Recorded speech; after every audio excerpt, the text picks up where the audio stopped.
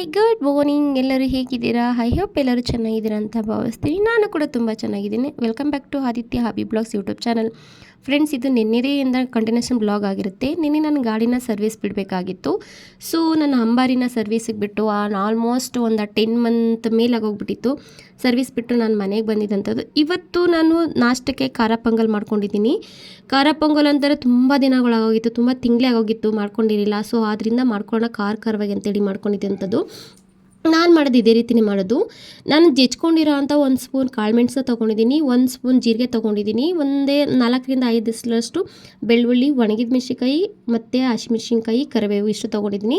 ಇದಕ್ಕೆ ಹಚ್ಚಿಟ್ಕೊಂಡಿರೋಂಥ ತೆಂಗಿನಕಾಯಿ, ಈರುಳ್ಳಿ, ಟೊಮೆಟೊ, ಶುಂಠಿ ಇಷ್ಟೂ ಒಗ್ಗರಣೆಗೆ ಅಂತ ತೊಗೊಂಡಿರೋ ಅಂಥದ್ದು. ಇಲ್ಲಿ ನಾನು ಎಷ್ಟು 1 ಲೋಟ ಅಕ್ಕಿ ತೊಗೊಂಡಿದ್ದೀನೋ ಅದೇ ಲೋಟದಲ್ಲಿ 3/4 ಲೋಟದಷ್ಟು ಹೆಸರುಬೇಳೆನ ತೊಗೊಂಡಿದ್ದೀನಿ. ಇಷ್ಟನ್ನು ಈ ಹೆಸರುಬೇಳೆ ಮತ್ತು ಈ ಅಕ್ಕಿ ಏನಿದೆ ಅದೆರಡನ್ನೂ ನೀಟಾಗಿ ತೊಳ್ಕೊತೀನಿ. ಆ್ಯಂಡ್ ನಾನು ಇದರಲ್ಲಿ ತೊಳೆಯೋ ನೀರನ್ನು ಕೂಡ ಅಷ್ಟೇ ನಾನು ವೇಸ್ಟ್ ಮಾಡೋಕ್ಕೆ ಹೋಗಲ್ಲ. ತರಕಾರಿ ತೊಳೆಯೋ ನೀರು ಇರ್ಬೋದು, ಅಕ್ಕಿ ತೊಳೆಯೋ ನೀರು ಇರ್ಬೋದು, ಫಸ್ಟು ಟೈಮ್ ತೊಳೆದಾಗ ಅದೇನಾದ್ರು ಅದರಲ್ಲಿ ಹುಳ ಇತ್ತು ಅಂತಂದರೆ ಚೆಲ್ಬಿಡ್ತೀನಿ. ಹುಳ ಎಲ್ಲ ಹೋಯ್ತು ಅಂತಂದರೆ ಚೆಲ್ಲಕ್ಕೆ ಹೋಗಲ್ಲ, ಅದನ್ನು ಗಿಡಗಳಿಗೆ ಹಾಕೋತೀನಿ, ಗಿಡ ಚೆನ್ನಾಗಿ ಬರುತ್ತೆ.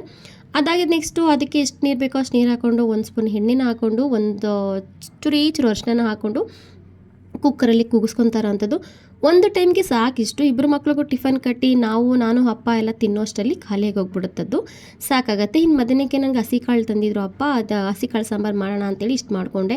ಅದಕ್ಕೆ ಕಾಂಬಿನೇಷನಾಗಿ ಚಟ್ನಿ ಬೇಕಲ್ಲ, ಚಟ್ನಿ ಸಕ್ಕತ್ತಾಗಿರುತ್ತೆ ಅಂತೇಳಿ ಅದಕ್ಕೆ ಸ್ವಲ್ಪ 5ರಿಂದ 6 ಹಸಿಮೆಣಸಿನ್ಕಾಯಿನ ಹಾಕ್ಕೊಂಡು, 1 ಹಿಡಿಯಷ್ಟು ಹಚ್ಚಿರೋ ತೆಂಗಿನಕಾಯಿನ ಹಾಕ್ಕೊಂಡು, ಒಂದು ಸ್ವಲ್ಪ ಕೊತ್ತಂಬರಿ ಸೊಪ್ಪು, ಸ್ವಲ್ಪ ಬೆಳ್ಳುಳ್ಳಿನ ಹಾಕ್ಕೊಂಡು, ಇದಕ್ಕೆ ನಾನು ಚೂರು ಶುಂಠಿನ ಹಾಕ್ಕೊಂಡಿದ್ದೀನಿ. ಈ ಥರ ಮಾಡೋದ್ರಿಂದ ಚಟ್ನಿ ತುಂಬ ಅಂದರೆ ತುಂಬ ಟೇಸ್ಟ್ ಬರುತ್ತೆ, ತುಂಬ ಚೆನ್ನಾಗೂ ಕೂಡ ಇರುತ್ತೆ.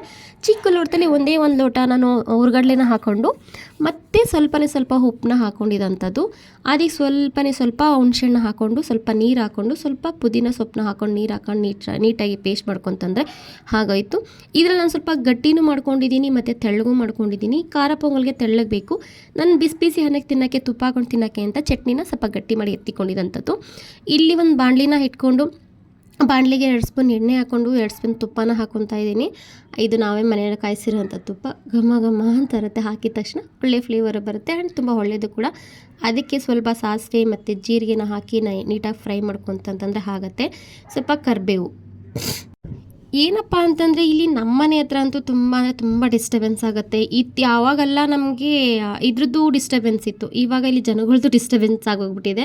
ಆ್ಯಂಡ್ ಅದಕ್ಕೆ ಜಜ್ಜಿಟ್ಕೊಂಡಿರೋಂಥ ಬೆಳ್ಳುಳ್ಳಿನೂ ಒಗ್ಗರಣೆಗೆ ಹಾಕೊಬೇಕಾಗುತ್ತೆ. ಫಸ್ಟು ನಾನು ಇದಕ್ಕೆ ಗೋಡಂಬಿ ತೊಗೊಂಡಿದ್ದೀನಿ. ಗೋಡಂಬಿ ನಾನು ನಿಮ್ಗೆ ತೋರಿಸಿರಲಿಲ್ಲ, ಈಗ ಹಾಕ್ತಾಯಿದ್ದೀನಿ.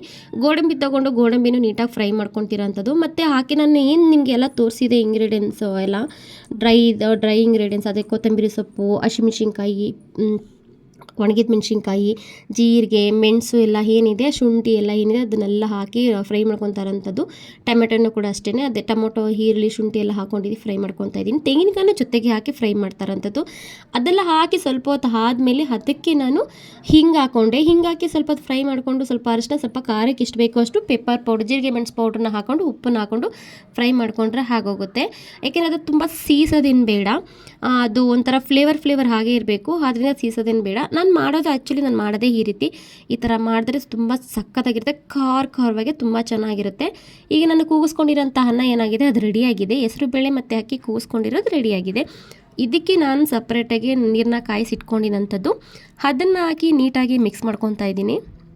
ಅದನ್ನು ಯಾಕೆ ಆ ಥರ ಮಿಕ್ಸ್ ಮಾಡ್ಕೋಬೇಕು ಅಂತಂದರೆ, ಅದು ನಾವು ಹಾಗೆ ಹಾಕಿದ್ರೆ ಅದೊಂಥರ ಗಂಡು ಥರ ಆಗೋಗ್ಬಿಡುತ್ತೆ. ಎಲ್ಲದಕ್ಕೂ ನೀಟಾಗಿ ಒಗ್ಗರಣೆ ಹಾಕಿರೋದು ಏನಿರುತ್ತೆ ಅದು ಅಬ್ಸರ್ವ್ ಮಾಡ್ಕೊಳ್ಳಲ್ಲ, ನೀಟಾಗಿ ಹಿಡಿಯಲ್ಲ. ಅಲ್ಲೆಲ್ಲ ಸ್ವಲ್ಪ ಗಂಡು ಥರ ಆಗಿರುತ್ತೆ. ನಾವಿಲ್ಲಿ 3 ವಿಸಿಲ್ ತೆಗ್ಸಿರೋದ್ರಿಂದ ಕೆಳಗಡೆ ಫುಲ್ ಅನ್ನ ಬೆಂದೋಗಿರುತ್ತಲ್ವ. ಸೊ ಅದರಿಂದ ಈ ಥರ ಮಾಡೋದ್ರಿಂದ ನೀಟಾಗಿ ನಾವು ಒಗ್ಗರಣೆ ಒಳಗಡೆ ಹಾಕಿದಾಗಲೂ ಅಷ್ಟೇ ನೀಟಾಗಿರುತ್ತೆ. ಇನ್ನು ನಾನು ಒಗ್ಗರಣೆ ಹಾಕ್ಕೊಂಡಿರೋಂಥ ಬಾಣಲಿ ಒಳಗಡೆ ಏನಿದೆ ಅದರೊಳಗೆ ಅದನ್ನು ಮಿಕ್ಸ್ ಮಾಡಿಕೊಂಡು ಇವಾಗ ಸ್ವಲ್ಪ ನೀರನ್ನ ಅದಕ್ಕೆ ಹಾಕೊತಾ ಇದ್ದೀನಿ. ಮತ್ತು ಇನ್ನೊಂದು ಸ್ವಲ್ಪ ಬಿಸಿನೀರು ಹಾಕ್ಕೊಂಡು ಸ್ವಲ್ಪ ತೆಳ್ಳಗೆ ಮಾಡ್ಕೊತೀನಿ. ಯಾಕೆ ಅಂತಂದರೆ ಸ್ವಲ್ಪ ಕುದಿಬೇಕು, ಕುದ್ದಾಗ ಅದು ಗಟ್ಟಿಯಾಗುತ್ತೆ. ಸೊ ಅದಕ್ಕೆ ನಾನು ಈ ಥರ ಮಾಡ್ತಾ ಇರೋವಂಥದ್ದು. ಇವಾಗ ನಾನು ಅವಾಗೆಲ್ಲ ಸ್ವಲ್ಪ ಉಪ್ಪು ಹಾಕ್ಕೊಂಡಿದ್ದೆ. ಇವಾಗ ನಾನು ಉಪ್ಪನ್ನು ನೋಡಿಕೊಂಡು ರುಚಿಗೆ ಎಷ್ಟು ಉಪ್ಪು ಬೇಕೋ ಅಷ್ಟು ಉಪ್ಪನ್ನು ಹಾಕಬೇಕಾಗತ್ತೆ. ಅಷ್ಟು ಉಪ್ಪನ್ನು ಹಾಕ್ಕೊಂಡು ನನ್ನ ಮಕ್ಳಿಗೆಲ್ಲ ಟಿಫನ್ ಕಟ್ಕೊಂಡು ಎಲ್ಲ ರೆಡಿ ಮಾಡ್ಕೊಂಡಿದ್ದಂಥದ್ದು. ಏನಪ್ಪ ಅಂತಂದರೆ, ನನಗೆ ಯಾರೋ ಒಬ್ಬರು ಹೇಳಿದ್ರು, ನನ್ನ ಯೂಟ್ಯೂಬ್ನ ನೋಡ್ತಾರೆ.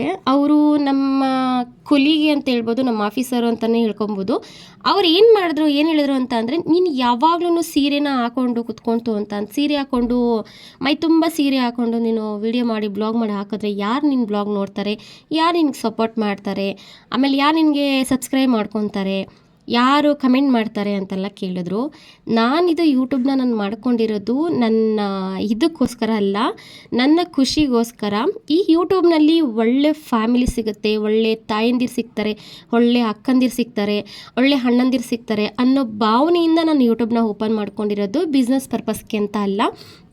ಯೂಟ್ಯೂಬ್ನ ನಾವು ಮಾಡ್ಕೊಂಡ್ಮೇಲೆ ನನ್ನಲ್ಲೇ ನನಗೆ ಎಷ್ಟೊಂದು ಚೇಂಜಸ್ ಆಗಿದೆ. ಯಾಕೆ ಅಂತಂದರೆ ಇದಕ್ಕೋಸ್ಕರನಾದ್ರೂ ಸ್ವಲ್ಪ ಬೇಗ ಎದ್ದೇಳೋವಂಥದ್ದು, ಇದಕ್ಕೋಸ್ಕರನಾದ್ರೂ ಏನಾದರೂ ಮಾಡೋವಂಥದ್ದು. ಇಲ್ಲ ಅಪ್ಪ ನಾನು ಯೂಟ್ಯೂಬ್ ಮಾಡ್ತಾಯಿದ್ದೀನಿ, ಇದಕ್ಕೋಸ್ಕರ ನಾನು ಏನಾದರೂ ಮಾಡಬೇಕು, ಏನಾದ್ರೂ ಲೈಕ್ ವೆರೈಟಿ ಏನಾದ್ರು ಮಾಡಬೇಕು, ನಾವು ಮಕ್ಕಳಿಗೆ ಮಾಡಿಕೊಡ್ತಿರೋ ಅಂಥದ್ದನ್ನೇ ನಾವು ತೋರಿಸೋಣ, ಡೈಲಿ ಬ್ಲಾಗ್ಸ್ನ ಮಾಡೋಣ, ಅದು ಮಾಡೋದ್ರಲ್ಲಿ ಏನು ಕಳ್ಕೊಳ್ಳೋದಿದೆ ಅಂತ ಹೇಳಿ ನಾನು ಮಾಡ್ಕೊಂಡಿರೋ ಅಂಥದ್ದು. ಬೇರೆಯವ್ರಿಗೆ ಹರೆಬರೆ ಬಟ್ಟೆ ಹಾಕ್ಕೊಂಡು ತೋರಿಸೋಂಥ ಅವಶ್ಯಕತೆ. ಆ್ಯಂಡ್ ನಾನು ಎಲ್ಲ ಥರನೂ ಡ್ರೆಸ್ ಹಾಕ್ತೀನಿ. ಇದರಲ್ಲಿ ಒಂದು ಒಳ್ಳೆ ಫ್ಯಾಮಿಲಿ ಇರೋದಕ್ಕೋಸ್ಕರ ನಾವು ಯಾವುದೇ ರೀತಿ ಇದರ ವೀಡಿಯೋಸ್ನ ನಾನು ಹಾಕಕ್ಕೆ ಹೋಗೋದಿಲ್ಲ. ನಾನು ಯಾಕೆ ಬೇಕು ಅಂತ ಆ್ಯಕ್ಚುಲಿ ಹೊರಗಡೆ ಹೋದಾಗಲೂ ಅಷ್ಟೇ, ಹೊರಗಡೆ ಹೋದಾಗಲೂ ನನಗೆ ವೀಡಿಯೋನ ಯಾರೂ ಮಾಡಿಕೊಡೋದಿಲ್ಲ, ನಾನೇ ವೀಡಿಯೋ ಮಾಡಬೇಕು. ಮಕ್ಕಳಿರ್ತಾರೆ, ಮಕ್ಕಳನ್ನು ಕೇರ್ ಮಾಡಬೇಕಾಗತ್ತೆ. ಸೊ ಚಿಕ್ಕ ಪಾಪು ಹೊರಗಡೆ ಹೋದಾಗ ತುಂಬ ಇದು ಮಾಡ್ತಾರೆ, ಅವನ್ನ ಕೇರ್ ಮಾಡಬೇಕಾಗತ್ತೆ. ಆದ್ದರಿಂದ ನಾನು ಮಾಡೋಕ್ಕೆ ಹೋಗೋದಿಲ್ಲ.